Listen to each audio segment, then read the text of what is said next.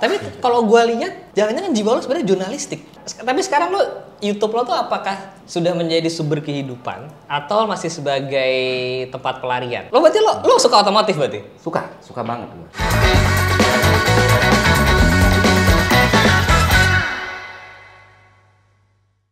Halo semuanya, ketemu lagi sama Denny Mas di sini. Kembali lagi ngabers. Sekarang bersama the one and only Kang Ferry. Apa kabar? Sehat, alhamdulillah bang. Yang dari dulu selalu gue ikutin kontennya, karena kontennya isinya daging. Banyak yang bilang begitu ya? Banyak mungkin, nggak tahu dah. Karena emang kontennya beliau ini ya, itu tuh penuh dengan daging. Itu tuh lo kalau riset berapa lama sebenarnya? Bikin konten ya, tergantung substansinya, tergantung pemahaman gue, tergantung deadline-nya gitu. Tergantung deadline. Nggak gini, kalau saya akan proper lah.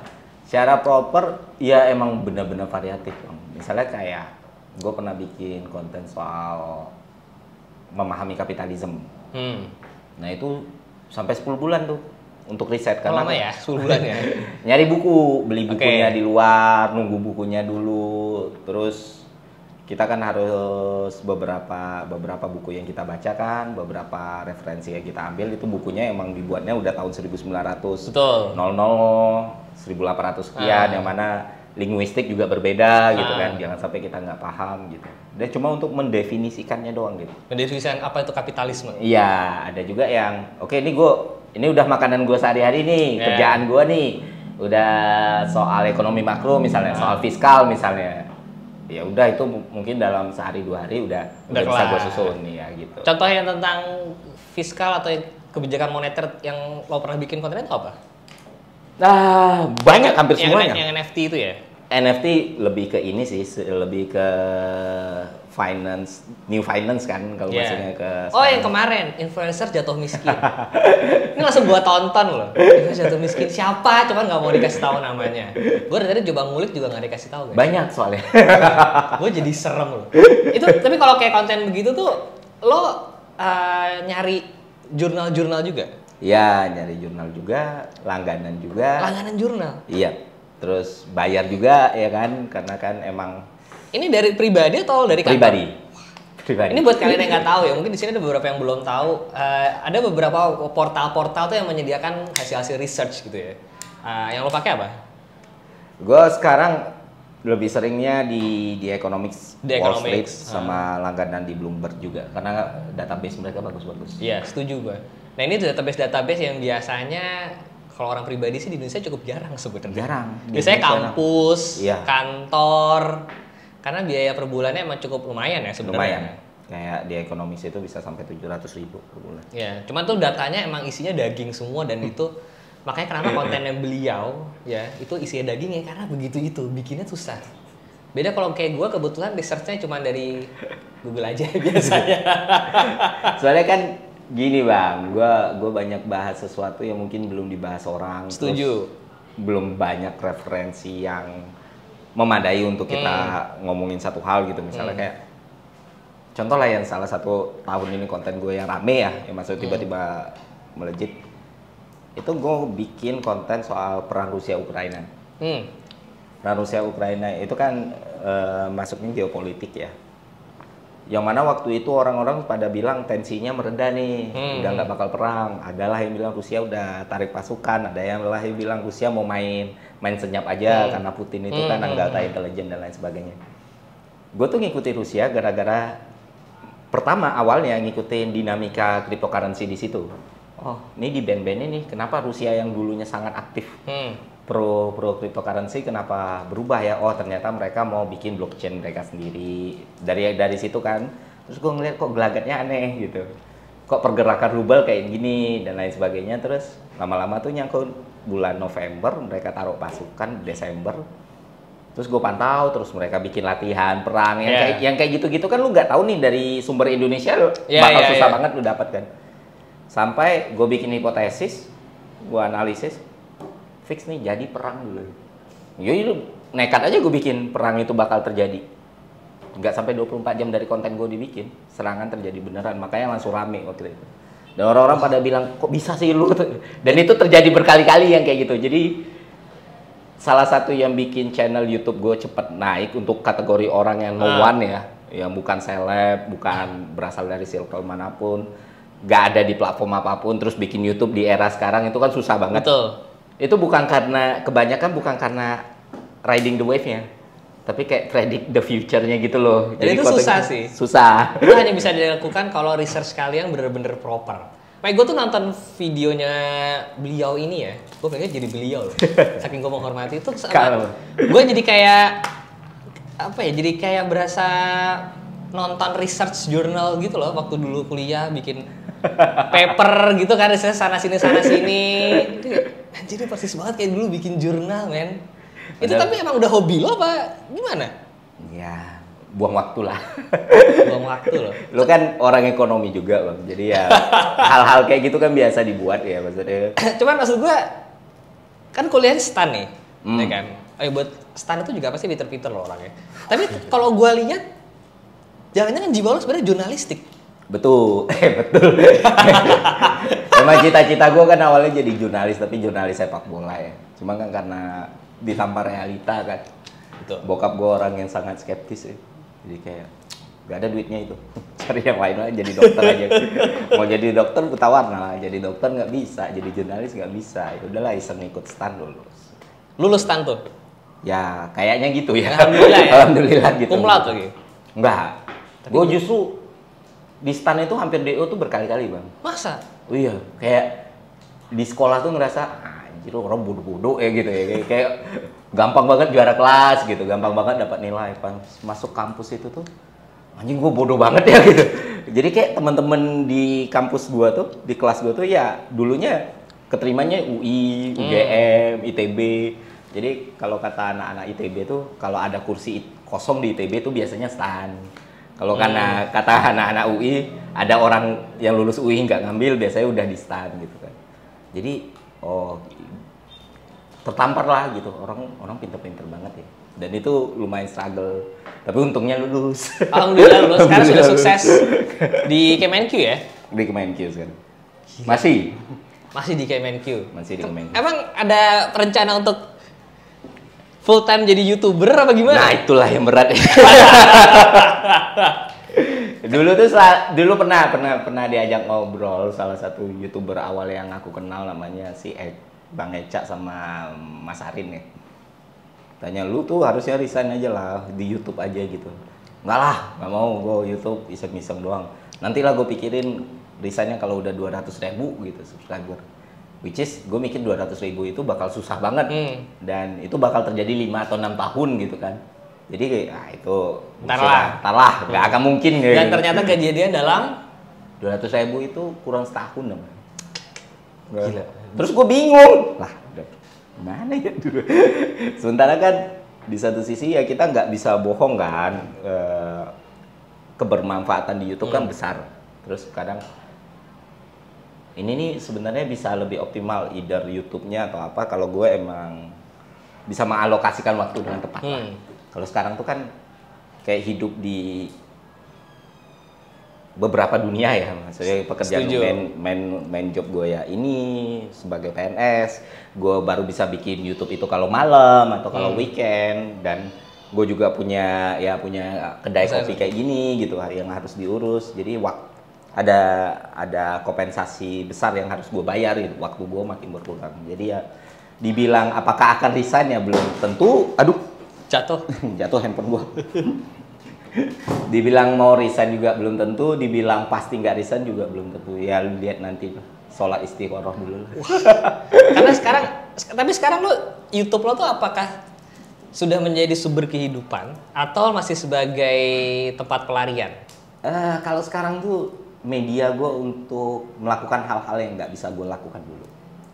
Jadi kayak dari Januari sampai bulan Juni atau Juli kemarin tuh kan AdSense gue full untuk nguliahin orang ya. Itu emang udah gue niatin dan dulu nggak akan bisa gue lakuin gitu, karena dengan YouTube ya gue ngerasa gue dapat manfaat dari masyarakat, ya manfaat itu gue kembalikan lagi ke masyarakat gitu. Jadi so far sih itu lebih kayak gue juga beberapa kali ya udah warung-warung yang kolaps karena pandemi, ya udah tak bantu gitu. Nih modal awal, nanti kalau udah jalan, udah running well, barulah mikirin balikinnya gimana gitu. Dan gue gak bisa ngelakuin itu dulu tanpa YouTube. Dan dengan YouTube pun ya keluarga bisa terbantu. Guanya sendiri sebenarnya ya hidup dari gaji PNS sudah cukup gitu kan. Dan memang gua sama istri gua kerja, dan kayak misalnya kayak mobil atau rumah juga udah kita peroleh sebelum gua ke YouTube gitu. Biaya darurat anak, biaya pendidikan anak juga ada. Jadi ya YouTube sekarang tuh sifatnya lebih ke arah, oh gue seneng YouTube karena azas gue sebagai manusia itu sesuatu yang mungkin dulu kurang banget, ya bisa akhirnya bisa tercapai. Iya, itu sih lebih kayak hal-hal yang ya selagi bisa bermanfaat buat orang ya. Itu. Jawabannya keren banget loh. Daging banget isi. Menurut gua posisi lo sekarang tuh hampir mirip sama kayak gua dulu sih. Oh, gimana tuh, Bang? Gua dulu pernah kantor kan. Tapi sambil nge-YouTube gitu. Dan akhirnya ada kalanya harus bisa memilih salah satu antara lo mau lanjut ke kantor atau lo mau lanjut YouTube. Tapi lo sekarang sudah mulai di tahap itu udah ya bohong dong kalau nggak kepikiran. Iya. Jujur-jujuran emang udah pada di tahap itu ya. Tapi ada kok YouTuber yang PNS punya YouTube yang gede. Oh, ada? Jurnalisa tuh PNS. Masih sampai sekarang? Nggak tahu deh sampai sekarang. Tapi setahu gue terakhir tuh PNS Bandung ya. Iya, dia orang Bandung kan. Pemda Bandung. Musisi juga kan? Iya, dia beliau musisi. Dia musisi juga memang. Patokan gue tuh, selama Teh resign ini nggak resign, ya ngapain gue harus resign gue lah. Setuju. Makanya kenapa video-video lo kayaknya semuanya gelap gitu ya? Karena itu lagi malam ya sebenarnya. Iya, malam semua. Dan gue kan kerjainnya itu di lorong dapur ya. Gue melihat sih, tapi sama jadi keren. Kesannya jadi kayak library gitu yang kayak emang nerd gitu kan. Itu tuh dulu gudang 4 tahun nggak ditinggalin, lembab. Terus pandemi nggak ada kerjaan gue kan. Gue rombak lah ini gue. Emang soalnya nggak ada guna lagi, dapurnya udah gue pindahin ke atas. Jadi daripada jadi gudang, jadi sarang demit, sarang lelembut. Jadi studio. Sekarang semua sendiri masih? Masih sampai sekarang sendiri. Nggak dicari-cari ini sama Mas Walfi. Mas minta editor. Sampai akhirnya kemarin sempat bantuin jadi di Rewind jadi inisiator ya? Rewind inisiator. Terus katanya nggak boleh minta kopi di Rewind. Boleh ceritakan nggak? Ini tadi off camera lucu sekali sih menurut gue. Iya, soalnya kan itu pertama juga, dan gue juga aneh sih kenapa gue diajak. Soalnya secara number juga waktu itu baru nyentuh 200 ribuan juga, sementara yang buat itu kan emang udah lama banget di YouTube ya. Terus ya gue kan nggak tahu ya bagaimana. Gue ngeliat kan YouTuber bukan rata-rata, hampir semuanya tuh punya tim. Terus ya kalau keluar ya proper gitu kan, dengan tampilannya, dengan krunya dan segala macam. Dan inisiator semuanya punya itu. Mereka punya kru, mereka punya tim, mereka punya orang yang ngurusin ABCD-nya. Kecuali gua. Jadi gua kalau datangnya sendiri pakai tas lempang gitu, kaos hitam. Udah gua datang, jadi disediain ada kopi untuk inisiator, untuk tim produksinya, untuk director, untuk DOP, sama untuk talent yang diundang Rewind. Gue minta kopi. Maaf Mas, ini cuma untuk inisiator sama director sama talent. Oh iya. Tapi ya itu kayak. Saya pergi aja. Udah pergi aja. Kayak gitu. Humble sekali memang ya. Bukan humble, kucel sih. Sampai akhirnya jadi tukang parkirnya Anya Geraldine. Anya kayaknya ya. Ada mobil Alphard gitu, gue lagi ngerokok. Ya bapaknya kan kayaknya bingung ngeliat kemana gitu. Dilihatnya, oh mungkin tuh tukang parkir. Mas parkirin dong. Oh siap. Terus direkamin dong sama krunya. Wah, tawa-tawa mereka. Anjing lah gue. Padahal inisiator YouTube Rewind loh. Disuruh tukang parkir. Tahun ini udah ya YouTube Rewind ya? Udah yang 2022 kemarin. Tahun depan ada lagi? Nggak tahu, tapi capek ngurusnya, males. Emang kenapa tuh? Kalau boleh tahu nggak? Capek Bang. Capek. Berapa hari sih yang kemarin tuh? Itu tuh kalau nggak sampai 3 bulan ya, Dan di gue sendiri di 3 bulan ngurus Rewind itu gue upload video cuma sekali karena saking energinya buat di situ. Tapi kantor masih aman? Aman, karena kan harus milih satu, ya gue milih YouTube, gue korbanin gitu. Cuman ya gue mikirnya kenapa tertarik gak untuk nyobain? Enggak lagi deh kayak ini. Tapi tapi apakah ikut Rewind itu adalah hal yang gue syukurin? Ya gue syukurin, belajarnya banyak banget kan. Baru kayak, oh ini toh syuting proper tuh kayak gini gitu. Terus ketemu banyak orang-orang yang oke, banyak temen jadinya. Sampai sekarang gue masih akrab sama kru-krunya, sama ekstras-ekstrasnya gitu. Cuman mikir ke depan, ya kita nggak bisa bohong kan. YouTube Indonesia tuh bukan community base lagi sebenarnya. Semua orang bisa jadi YouTuber dan rasa community base-nya itu kan udah, gue nggak tahu ya karena gue nggak di zaman itu nge-YouTube gitu, nggak yang lu harus circle siapa, lu harus collab sama siapa. Sekarang lu duduk aja di depan kamera talking head, as long as algoritma membantu lu, ya lu bisa naik gitu. Lu setuju. Iya kan, jadi kayak ya makin kesini orang sense of belongingnya makin kurang. Beda mungkin sama zaman-zaman mereka dulu. Ketika ngebuat kan harus yang dulu sih, ya dulu emang waktu gue mulai 2015 emang agak berbeda sih. Iya. Algoritmanya emang. Dan collabs itu kan dulu berpengaruh besar banget ya Bang. Yeah. Nah, sekarang ya enggak. Ya kalau gue lihat, gue hitung statistik YouTube gue sendiri, misalnya 10 YouTube berapa gitu, 5 atau 6 video populer pun ya bukan collabs gitu. Jadi kayak ngelihatnya oke. Berarti ya emang setelah gue pelajarin pun mekanisme di Google-nya, terus ngelihat algoritma YouTube-nya, emang mereka ngedorong orang untuk mandiri semua. Tapi lo sendiri tuh apakah tipe konten kreator yang benci dengan algoritma YouTube sekarang, atau kayak ya emang nggak apa-apa gitu? Enggak. Justru kan emang ada tuh yang kayak gambar-gambar, gue tuh gak suka banget sama algoritma gue YouTube sekarang yang gini-gini. Iya, gue debat terus sama mereka. Tapi lo enggak? Enggak. Justru sebaliknya gue. Gue nggak akan mulai nge-YouTube kalau algoritmanya masih kayak dulu. Karena itu tadi, dulu kan community based banget. Lu bisa populer, tapi konten lu so-so. Tapi temen-temen lu yang udah naik, lu bisa populer. Make sense. Tapi kalau orang kayak gue misalnya yang nggak datang dari manapun gitu, makanya dulu YouTuber daerah itu jarang banget Bang. Karena Jakarta sentris banget kan. Nah, di situ gue berapa tahun belajar algoritmanya. Karena gue kan ngurus sosmednya kantor kan, mau nggak mau gitu. Gue pelajarin, oh nggak akan bisa gue nge-YouTube, mau kayak gimana pun konten gue susah karena gue nggak kenal siapa-siapa. Pas gue ngeliat 2017 tuh algoritma mulai berubah, 2018 gue ngeliat lagi perubahannya, terus gue research, gue try error. Oh sekarang itu memungkinkan. Minusnya mungkin kita bakal lebih banyak ngeliat konten random, konten yang kita bilang nggak berkualitas or something like that. Plusnya sekarang lebih fair ke semua orang. Lu bisa di Aceh sana bikin konten YouTube as long as itu disukain algoritma, konten lu naik. Nah lo berarti apakah sekarang bikin konten untuk menyesuaikan algoritma atau biar disukai algoritma, atau masih bikin konten untuk memuaskan idealis lo? Memuaskan diri gue sih, lebih ke arah situ. Jadi kayak gue nggak menafik kalau gue mempelajari algoritma, karena kan gue nggak bisa, gue ngerasa nggak keren aja bilang oh fuck algoritma, gue yang penting bla bla bla. Gue bukan tipe orang yang hobi menjual hal-hal seperti itu. Tapi di satu sisi ya lu kalau mau main ya lu harus tahu aturan main lah. Setuju gue. Iya kan? Setuju gue. Gue suka banget kata-kata ini nih. Gue suka banget kata-kata ini. Nggak bisa lu main bola udah ada aturan offside, oh ngapain? Ya seenggaknya gue tahu aturannya gitu. Gue tahu aturannya. Pilihan gue untuk ngikutin atau enggak. Yeah.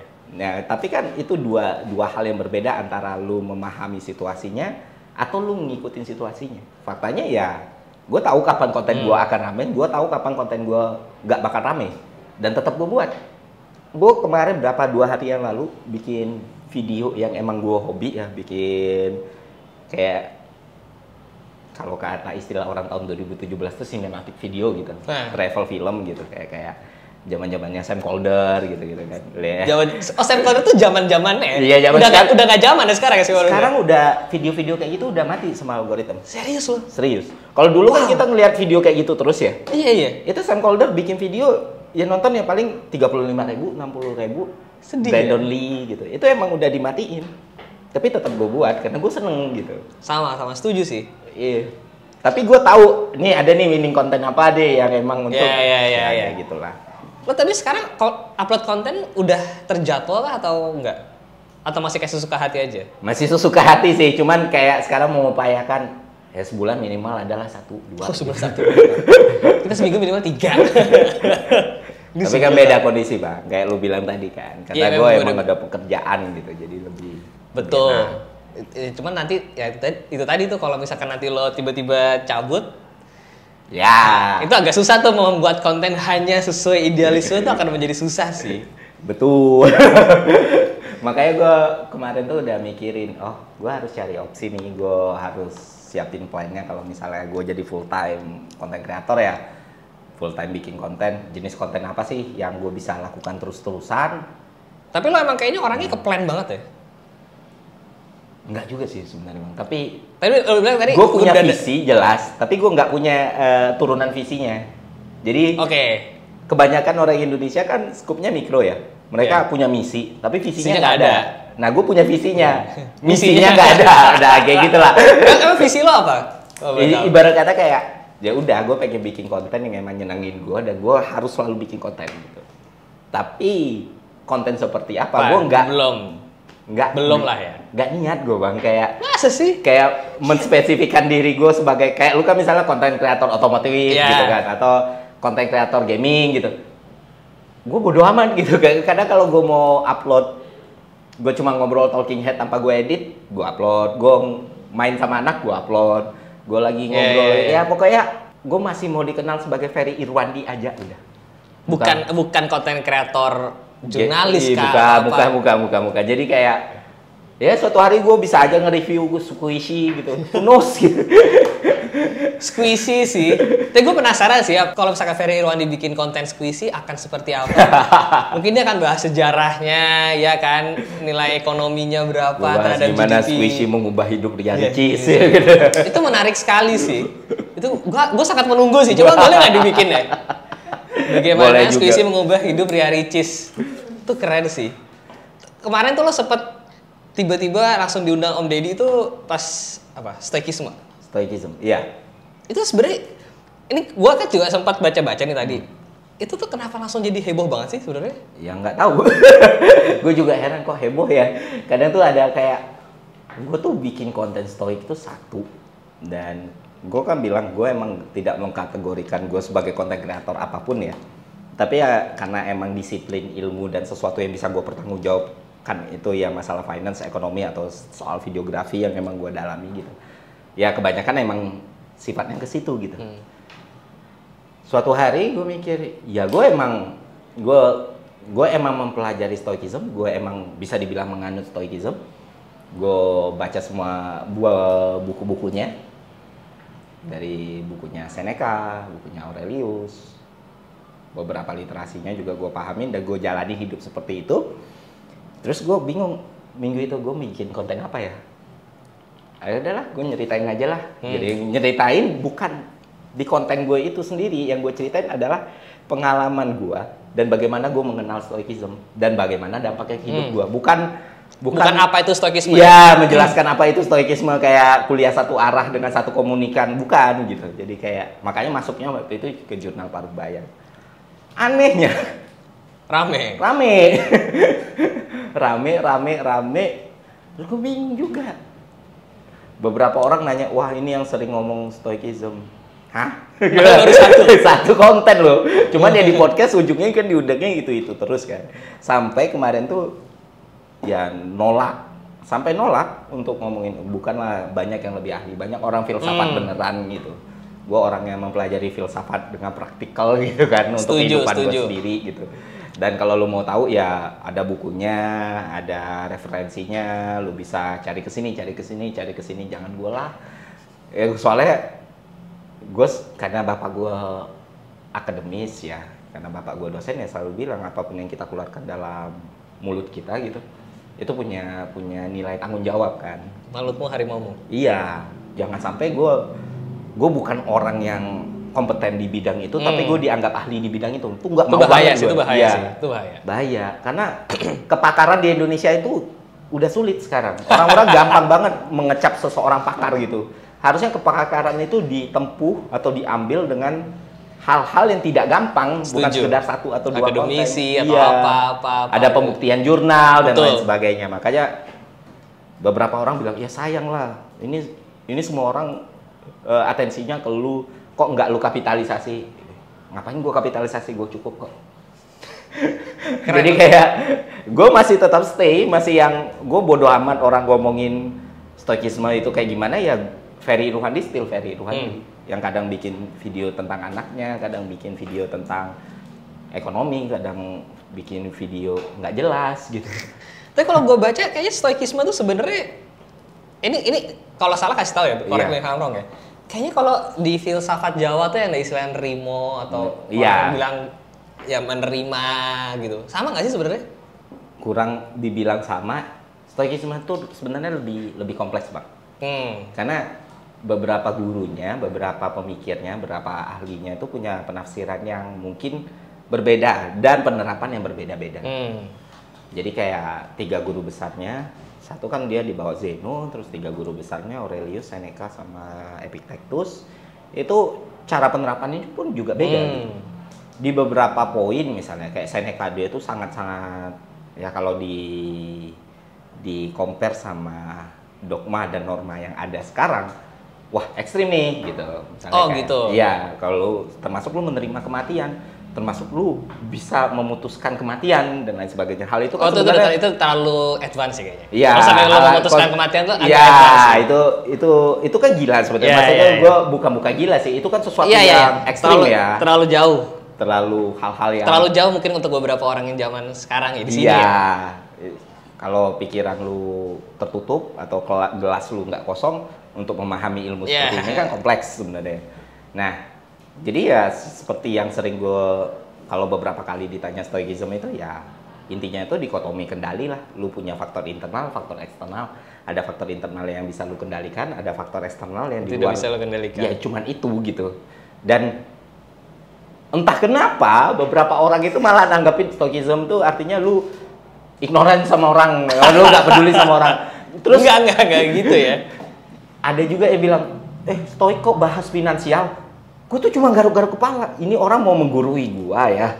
Maksudnya ini orang mau nyindir. Tapi kok gini gitu. Iya. Maksudnya jadi stoik itu gimana? Hal-hal yang seperti itu. Stoik kok masih punya cita-cita.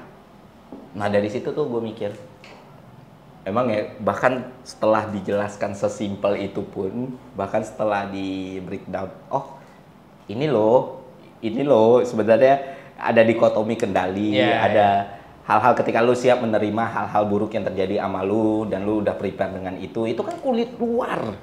Yang mana sebenarnya nggak sulit untuk dipahami, tapi orang nangkapnya, gue karena belajar stoik, gue jadi nggak peduli sama manusia lain, dan kalau gue peduli, gue nggak stoik. Itu susah sih. Makanya, mending gue bahas sesuatu yang eksakta aja deh. Tapi emang menurut gue filsafat tuh sebenarnya ilmu yang menarik. Kebetulan kampus gue dulu sebelahnya kampus filsafat. Iya, gedungnya. ada. Menurut gue sebenarnya ilmunya ilmu menarik, cuman memang harus bisa diterima dengan benar-benar tangan terbuka sih. Tapi masalahnya orang ketika mempelajari filsafat adalah ada satu hal yang mereka lupa. Filsafat itu kan non eksakta ya. Betul. Jadi dan itu mother of knowledge gitu. Yes. Semuanya tuh berakar dari filsafat. Ada satu hal yang utama dari filsafat adalah seharusnya filsafat itu tidak melihat hitam dan putih. Iya. Seharusnya ya. Kayak kita bicara soal idealisme versus materialisme. Ada pendapat yang bilang idealisme itu tidak dibenturkan dengan materialisme tapi dibenturkan dengan realisme. Nah, beberapa orang ketika mendengar opini seperti itu udah narik inilah kebenaran absolut seperti ini dan yang salah seperti ini. Sedangkan itu perspektif dari setiap orang-orang yang mungkin memiliki kondisi yang berbeda, hidup yang berbeda, dan situasi yang berbeda. Makanya lu nggak bisa belajar dengan gelas yang berisi atau dengan pandangan yang tidak netral. Misalnya orang yang baru memahami stoikism ketika dia mendengar konten itu dan dia merasa oh kayak gini penafsirannya. Makanya emang ilmu filsafat tuh ya emang sebenarnya nggak hitam putih dan makanya kenapa tuh tidak disebut sebagai ilmu eksakta kan? Iya nggak sih? Iya. Dan itu menjadi susah sekali memang. Susah sekali memang, benar. Kayak kita misalnya belajar satu hal yang emang kontradiktif, yang dua kutub yang berbeda ya. Gimana kita narik kebenarannya? Dan nggak ada yang salah gitu. Maksudnya, ya situasi lu bagaimana? Setuju. Kondisi lu bagaimana? Society yang lu hadapi seperti apa gitu? Itu bikin konten itu akan sangat-sangat pusing sih. Sangat pusing. Gue udah kepikiran itu. Belum lagi. Karena tafsirannya akan banyak sekali. Iya. Belum lagi kita harus ngadepin orang-orang yang gue paham nih gitu. Wah ini. Jadi kayak orang-orang yang bukan makin berisi makin merunduk ya. Orang yang sebenarnya tidak begitu berisi tapi sangat-sangat meninggi. Itu susah dilawan sih. Jadi ya mending yang ini aja deh. Cuman ya tetap gue masukin. Maksudnya karena itu hidup yang gue jalanin. Dan orang bisa belajar untuk bisa ada kesempatan untuk melihat gue ambil atau enggak gitu. Jadi balik lagi nggak mau gue kapitalisasi gitu bang, kayak stoicism itu sebagai part of ini setuju, gue bener sih. Apa karena ya tadi mulutmu harimau daripada lontar udah ngomong macem-macem. Dan orang salah, IPK udah lebih berat kan? Iya, dan itu kan gue nggak bisa kendaliin. Setuju. Makanya kayak ada di TikTok tiba-tiba, wah, yang gue bilang tadi, gue sudah menghadap stoicism, jadi gue nggak peduli sama orang. Gak gitu juga sebenarnya. Gak gitu. Jadi ya itulah, emang mesti sabar sih ya. Susah karena kayak konten ya karena ilmu filsafat kalau nggak dipelajarin secara benar dan sebagainya akan sangat sulit karena itu bukan ilmu pasti 1 tambah 1 sama dengan 2 kan. Jadi, tapi kayaknya akan lebih bermanfaat kalau semua orang belajar. Itu sih. Nah, coba belajarnya itu dari sumber yang mana? Iya, itu ya yang mungkin bisa apalagi kita kasih output. Sekarang dengan banyaknya sumber di internet yang tidak terverifikasi, tapi punya kemampuan komunikasi yang bagus ya. Itu yang menjadi bahaya, itu bisa menjadi ini sih. Dan itu beneran bahayanya nyata. Polarisasi itu kan lahir dari hal-hal seperti itu ya. Setuju. Kayak percaya bumi bulat, Bang? Kebetulan saya iya. Saya bukan flat earth. Apa? Lo flat earth? Enggak. Tapi coba kita kan seumuran lah ya. Maksudnya coba lu ingat Bang tahun 90-an lah atau 2000-an awal. Kayaknya konyol banget orang percaya bumi itu datar tuh kayak. Enggak, ini bercanda nih, ini konyol. Tapi banyak yang percaya. Banyak loh, dan itu pun enggak datang dari orang bodoh doang. Iya. Gila loh, polarisasi ini bisa sampai... Polarisasi itu bahaya dan itu sering digunakan, ya sorry to say, ketika masa-masa politik. Dimanapun ya, bukan cuma di Indonesia. Ya dimanapun, jadi itu bahaya sih, serem sih. Anyway, gue suka banget sama konten Bob Feriwan ini tentang financial literacy. Ya. Gue sebagai seseorang yang kebetulan ya ngerti lah ekonomi. Orang ekonomi ya, lulusan ekonomi.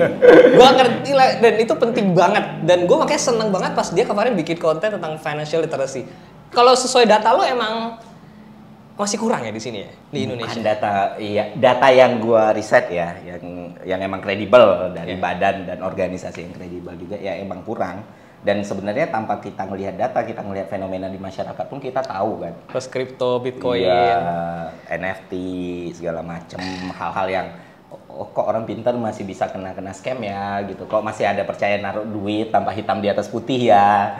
Kok masih ada yang kena suntik modal yang itu jalan keluarnya emang tidak bisa dalam 1-2 tahun sih. Iya. Tapi kalau dari research yang udah lo dapatkan, sebenarnya apa? Gue yakin pasti ada study case di mana sebuah negara pernah berada di posisi Indonesia nih, dan mereka akhirnya bisa keluar atau bisa menjadi negara dengan financial literacy yang bagus gitu. Sebenarnya ini Bang, yang menariknya adalah dulu gue pikir akal permasalahannya adalah knowledge, karena orang nggak tahu makanya mereka kayak gini. Tapi lama-lama banyak kok orang yang sarjana, PhD bahkan yang kena hal-hal yang sama gitu. Apa sih masalahnya? Terus salah satu alasan kenapa gue buat konten stoicism waktu itu ya karena gue udah ngerasa dalam 2 tahun dari 2020 sampai 2021 gue udah ngomongin finansial udah berbusa-busa sekali kan. Di saat orang-orang kena hegemoninya, gue selalu ngomongin resikonya, tapi tetap aja ada yang kena mentalitas nih yang belum gue lihat. Dan ternyata memang kebanyakan generasi kita misalnya atau generasi ke bawah kita kan haus akan afirmasi gitu ya. Kayak kesuksesan tuh adalah sesuatu yang membanggakan, which is true gitu ya. Tapi beberapa orang terobsesi dengan itu.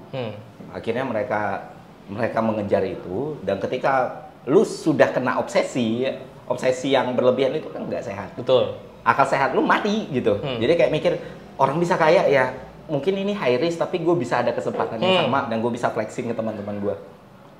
Dan di 2 tahun sebelum gue bahas stoicism itu kan, kita tuh selalu dijumpai motivator sosmed yang bilang kalau gue bisa lu juga bisa gitu. Gue bisa kaya, gue mulai dari nol. Iya kan? Fatur kemakan banget itu. Dan itu muncul di setiap lu buka Instagram, lu buka TikTok kan. Semua orang berlomba-lomba menunjukkan kekayaan dan berlomba-lomba memotivasi orang-orang. Gue ngeliat ini problem nih, gue bilang. Karena nggak semua orang punya pemahaman dan kondisi yang sama. Itu satu. Kedua, balik lagi orang yang nipu itu emang orang pintar-pintar. Iya memang, in a way nipu itu pintar. Iya, dan sebenarnya polanya sama, produknya sama, ponzi-nya sama, tapi medianya berbeda, digital misalnya. Dan kayak yang kita bahas tadi, naratif ekonomi yang emang punya dampak yang besar ya. Besar kita sekali. bisa memberikan value kepada barang yang nilai ekonomisnya sebenarnya tidak sebesar nilai marketnya gitu. Dan itu membuat orang-orang, oh kayaknya bisa nih, kayaknya ini benar-benar future nih, ini benar-benar bisa. Beberapa orang nyangkut di kripto, beberapa orang nyangkut di NFT, habis miliaran rupiah. Gue nggak tahu kasus di Indonesia berapa, tapi di Jepang, di Amerika itu banyak yang suicide gara-gara hal-hal seperti ini kan. Makanya finansial literasi pun, ketika orang bicara soal literasi finansial, mereka seakan-akan bicara satu pakem tertentu, padahal enggak. Literasi finansial itu ada supaya kita bisa mencocokkan antara teorinya dengan kondisi kita. Setuju. Makanya gue nggak pernah bilang investasi terbaik apa. Enggak, orangnya beda-beda. Kalau gue bicara sama orang yang silver spoon, tentu berbeda dengan orang yang emang pekerja misalnya. Atau orang yang punya full time untuk trading gitu. Orang yang full time mantau market tentu beda sama orang yang hanya bisa naruh uang. Iya. Untuk itulah literasi finansial membantu kita memutuskan apa yang cocok buat kita, bukan membantu kita mencari yang terbaik. Karena nggak akan ada yang terbaik sebenarnya. Setuju. Nah, jadi kalau ditanya, kalau dari research lo itu sebenarnya cara untuk keluar dari financial literacy yang jelek, atau biar orang-orang ini makin melek? Nggak ada cara yang pasti ya bang. Cuman ada satu hal yang bisa diupayakan kita semua sih, belajar. Dan bersikap skeptis kalau ngomongin uang ya. Karena itu ada di pelajaran ekonomi juga. Ini tolong diingat, skeptis tentang uang. Iya. Skeptis tuh apa sih bahasa ininya skeptis? Apa? Bahasa yang lebih gampangnya. Aduh, skeptis itu Duh, bahasa gampang. Apa ya? Skeptis tuh pokoknya suzon aja gitu. Suzon aja. Suzon aja. Selalu nilai resikonya aja gitu. Walaupun mungkin itu membuat lu nggak bisa mengambil beberapa peluang, it's okay daripada lu rugi. Setuju. Semuanya itu dipertimbangkan semuanya. Oh, apa sih resikonya? Legalitasnya bagaimana? Terus berapa uang gue yang harus keluar dari situ? Berapa uang gue yang bakal harus gue masukin ke situ? Apa sih resiko terburuk buat gue gitu? Itu tuh harus benar-benar terpetakan dengan baik. Nah, kalau dari seseorang yang ya financial literacy sudah bagus lah ya. Masih belum. Udah lebih mendingan lah.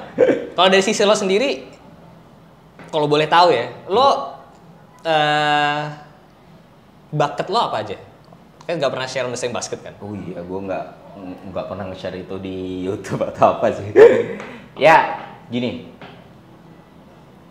Gue punya rumah. Gue punya mobil. Mungkin untuk standar orang-orang yang di usia 30 tahun udah punya keluarga, rumah, mobil, oh ya udah selesai hidupnya. Tapi satu hal yang mungkin orang nggak paham, gue mendapatkan hal itu sebelum gue masuk ke YouTube. Artinya gue udah well prepared dari awal. Jadi emang dari sekolah gue emang suka berdagang. Gue emang percaya banget sama sektor real. Gue percaya sama sektor real ya. Gue sangat-sangat percaya tuh kalau nggak ada barangnya bukan aja. Bukan, kalau nggak ada underlying-nya bukan. Kalau nggak ada nilai manfaatnya ya nggak usah. Bukan berarti itu jelek, tapi itu bukan bidang gue. Setuju. Gitu. Jadi dari kecil, ini gue mulai dari cerita ini dulu ya bang. Gue tuh main Ragnarok. Lu sempat main RO nggak bang? Nggak, kebetulan maaf nih sebelumnya. Gue tuh jadi ada game online salah satu RO, pelopor RO. namanya RO. Dan ya gue gila banget game kan. Itu yang bisa jual beli item segala gitu guys. Yes, jual beli char yang mana satu char bisa seharga Fortuner. Ya, Jadi ada gua- bahasanya nih. Ada bahasanya gue. Iya, betul. Dan gue jual rugi sebenarnya waktu itu. Gue jual dapat flash money. Nilainya bisa bikin gue bikin rental PS2 waktu itu. Wush. Tiga PS, Tiga tiga TV. Terus sewa satu ruko. Dari situ gue kenal, oh enak ya muterin uang kayak gini. Dari jual ID RO kelas 2, gue tuh hunter pertama di kota Jambi waktu itu. Terus kelas 3-nya gue bisnis. Di 3 SMP mandiri bisnis. Rental PS, SMA gue masuk boarding school. Kuliah pun masih nyari-nyari duit kayak gitu. Masih ngajar, masih ikut-ikutan usaha teman-teman. Jadi OP warnet. Kayak emang gue suka kerja. Basicnya gue suka kerja gitu. Bukan berarti hustle culture ya, tapi emang kayak ini game yang menarik nih gitu. Kayak ada resikonya, terus harus bisa gue maintain, terus gue pelajarin. Nah sampai gue kerja akhirnya jadi pegawai. Ya pertama gue tahu apa sih hal yang gue kuasain dari kecil.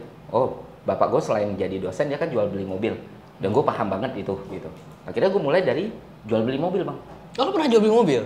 Dan lu tau mulai awal modalnya apa? Bukan modal satu beli mobil unit 120 juta, 150 juta apa enggak.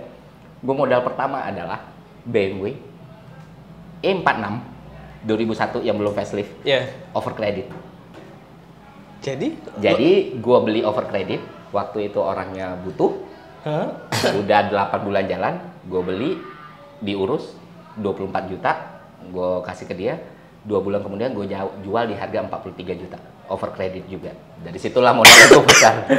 Jadi modal itu gue putar, gue nikah. Dari uang itu akhirnya yang gue taruh ke hal-hal yang emang gue paham. Kayak sekarang ya ke toko kelontong, ke warkop. Itu gue naruh duit di situ, ke kedai kopi ini. Terus kalau sekarang di pasar modal nggak ada, di saham udah nggak ada, di kripto nggak ada. malah nggak di saham? Nggak ada sekarang ya, karena emang gue menjaga likuiditas. Oke. Gue megang fresh money, gue megang cash. Kalau sekarang ya paling ya di sektor-sektor real kayak gini ya. Real banget ya? Real banget, karena seperti yang beberapa kali gue bahas di YouTube ya, 2022 tuh dinamikanya luar biasa. Kondisi perekonomian global nggak pasti, the Fed mau tapering dia mau ngerek suku bunga bisa tinggi, bakal ada capital inflow, capital outflow, beberapa negara udah collapse. Jadi ya, gue mikirnya di 98 sektor yang paling tahan dari krisis itu UMKM. Oh ya? Iya, karena UMKM lu nggak perlu bergantung sama ekspor impor, lu bisa produksi barang lu sendiri, Sebuah kenyataan yang menarik. Bener, jadi kayak oke, kayaknya walaupun bukan uang dalam jumlah yang besar, gue masih bisa menjaga nilai uang gue dengan bikin kedai kopi misalnya. Dengan naruh duit di warkop misalnya. Naruh duit di orang yang jualan daging misalnya. Karena mereka kan putarannya cepat. Mereka nggak harus simpan barang dalam waktu yang lama. Jadi sekarang Lebih semuanya sektor real.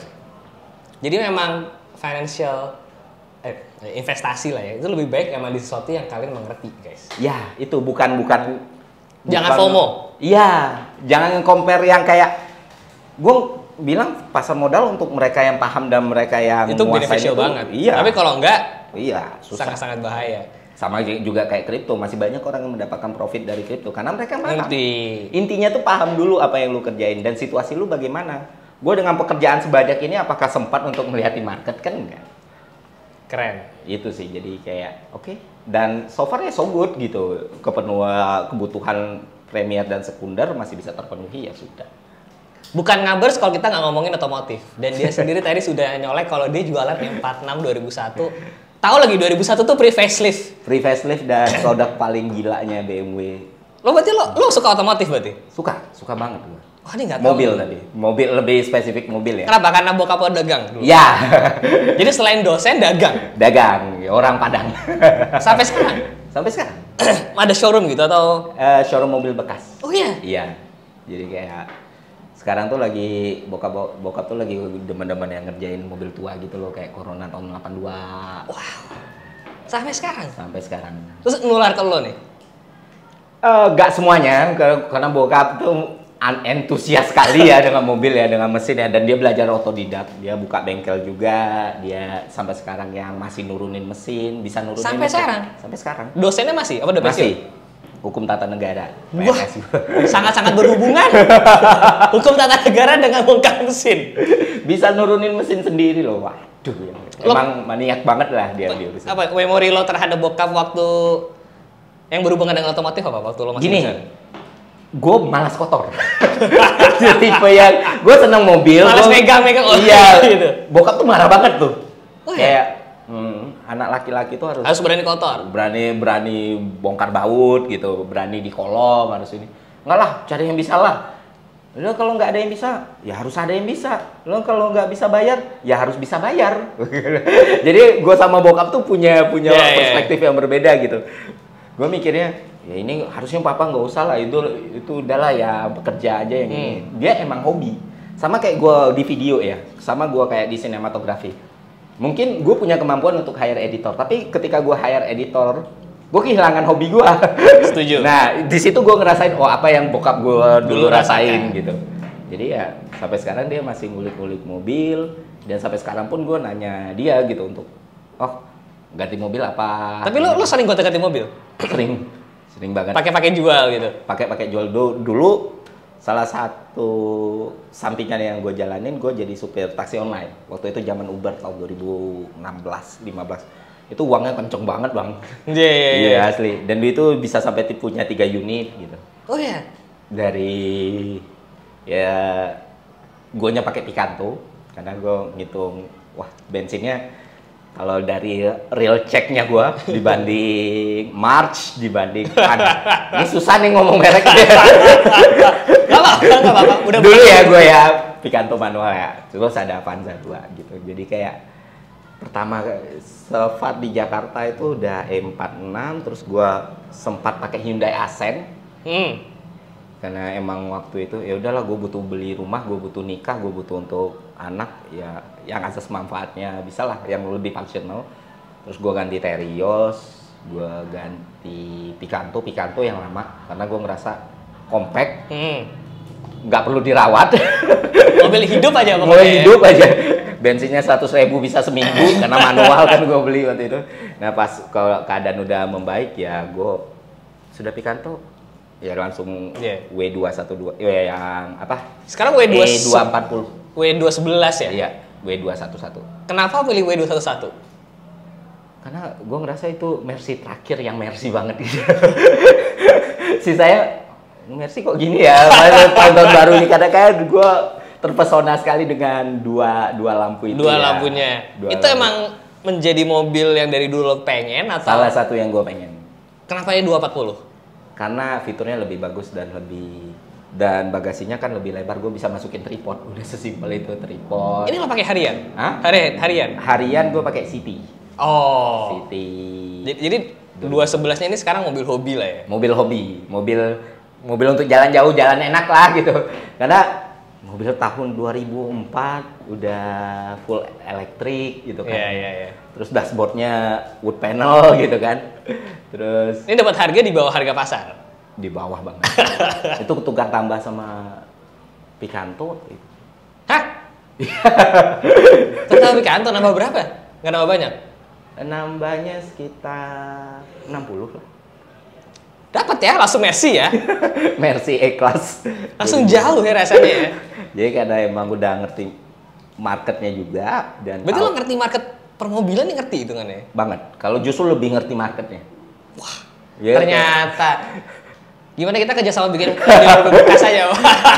Bahkan orang kan nggak banyak yang bilang lu nggak usah transaksi di showroom.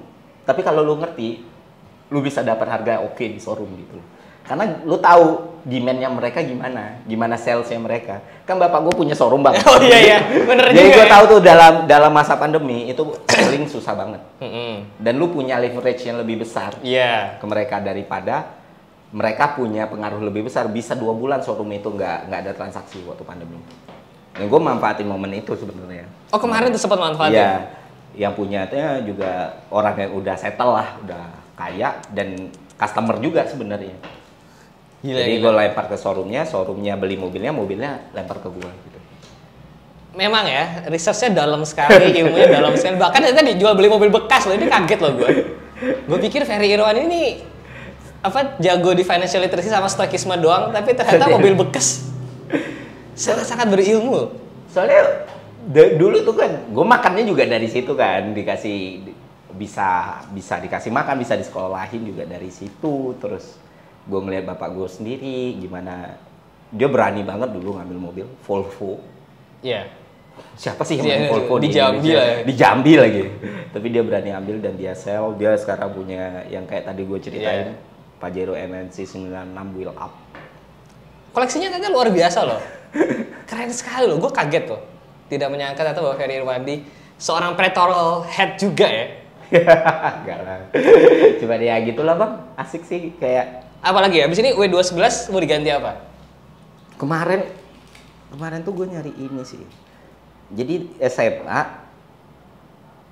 tuh gue pernah ini sama bokap. Jadi kalau SMA kan badung-badungnya ya. Terus dia ngamuk dong sama gue ngeliat kelakuan gue waktu SMA. Lu kalau juara gue beli mobil deh. Ini dibeli, akhirnya juara. Yeah. Dibeliin waktu itu Genio 91. Genio. Genio 91 dan Genio itu emang benar-benar gue modif habis-habisan lah. Gue modif tahun segitu pasti referensinya ke Fast Furious dong, ke NF Need for Speed Underground. Lampu di bawah gitu. Pintunya ini loh. Yang masih ada Facebook. Benar. Lo modif dulu sampai. Iya, sampai Gue butuh foto-foto ini. Gue publish di Instagram tuh gue publish siapa ini. Orang pasti nggak akan ada yang nyangka deh ini. itu Genio jadi terkenal banget di Jambi karena emang gue suka banget kan. Pokoknya udah bener-bener beli bahannya 30 untuk modifnya sekitar 70-an.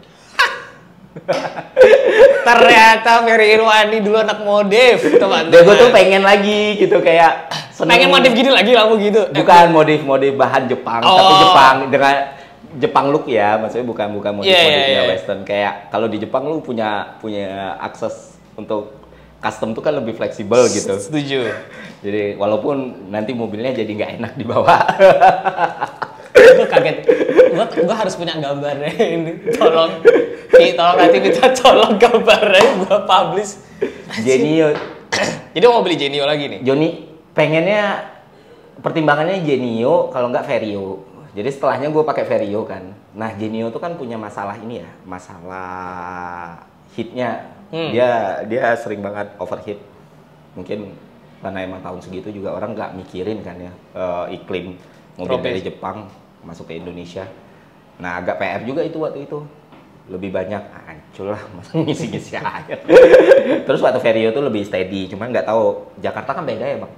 Sama Jambi. Iya. Ya Jakarta lebih keras sih terkadang. Lebih keras ya, lebih buang bensin lebih banyak juga kan. Jadi kalau ada yang punya Vario atau Genio, boleh loh kalau bagus. mau dimodif abis-abisan, ganti pelek. Kayaknya lucu kalau Ferry Irwandi bikin konten otomotif ya. Pernah sekali. Pernah? Itu karena endorse. Tapi seneng buat ini apa waktu mas? Mobil listrik. Iya, Ioniq. Oh iya, gue nonton nih konten otomotifnya Ioniq. Terus bukan di konten gue, di konten Om Mobi. Enggak, di konten lu juga ada kok. Iya, bukan Ioniq di gua. Terus gua pernah bikin yang konten Om Mobi yang BMW X7 sama 740 Li. Jadi buat kalian yang belum tahu, pernah menjadi editor Omobi. Beberapa video. Dua video. Dan Agung Hapsah juga. Jadi memang banyak yang kalian tidak tahu tentang Bapak Ferry Irwandi. Orangnya sangat-sangat misterius. Luar biasa. Jadi habis ini Vario, kalau motor lo nggak gitu nih? Enggak ini gue. Mio J udah seneng gue. Tenang, nanti kita itu udah diracunin Mas Walfi kemarin. Kita racunin Ferry main motor ya. Tapi gue jujur penasaran banget sih. Lo kalau dapat Vario atau Genio bakal dimodify apa lagi sekarang? Kepikiran nggak apa gimana? Kepikiran, udah kepikiran. Udah kepikiran? Udah kepikiran gue mau balik lagi ke era-era 90-an, modif era 90-an gitu loh. Oh iya? Yang pakai vinyl gitu-gitu. Karena gue udah nggak nemu lagi mobil-mobil kayak gitu. Yang Jepang banget gitu loh. Yang kayak lu temuin kalau lu main Need for Speed Underground yang biasa lu lakuin. Ya, gue pengen kayak gitu. Dulu tuh kayak karena gue main game itu. Terus sekarang udah ada, terus ya bapak gue udah kepala ngomong kayak gitu kan, ya akhirnya dia beliin. Jadi ya udah. Ini seru sih. Ini gue sangat-sangat menantikan. Tapi ya gue raguin itu bang, bisa bertahan di Jakarta atau enggak? Karena kan balik lagi aspek fungsionalnya kan yang pertama ya. Tapi mobil ini kalau dibeli pun gue rasa bukan menjadi daily car kan. Enggak, daily car terbaik ya masih Honda City. Betul. Sama seperti motor-motor Matic itu udah daily, udah paling bener deh. Ini gue penasaran banget. Ini udah lama loh ngobrolnya ya. Udah lama banget tuh. Ini thank you banget loh. Yo, gue makasih bang udah mampir. Thank you banget loh. Jangan lupa mampir ke Principal Coffee di Rawamangun. Gue pesen yang caramel regal. Gue suka gedungnya, gedung vintage. Ini sekali lagi thank you banget. Oh, gue yang makasih. Thank you banget. Thank you banget bang. Kalian jangan lupa mampir ke channel Bapak Ferry Irwandi untuk menemukan konten-konten yang penuh dengan daging. Kalau mau nyari receh-receh nggak apa saya. Kalau ada daging sebelah sini. Dan isi daging doang. Terima kasih telah menonton. Jangan lupa di like, jangan lupa subscribe. Saya Sevi Jalan. See you next video guys. Bye bye.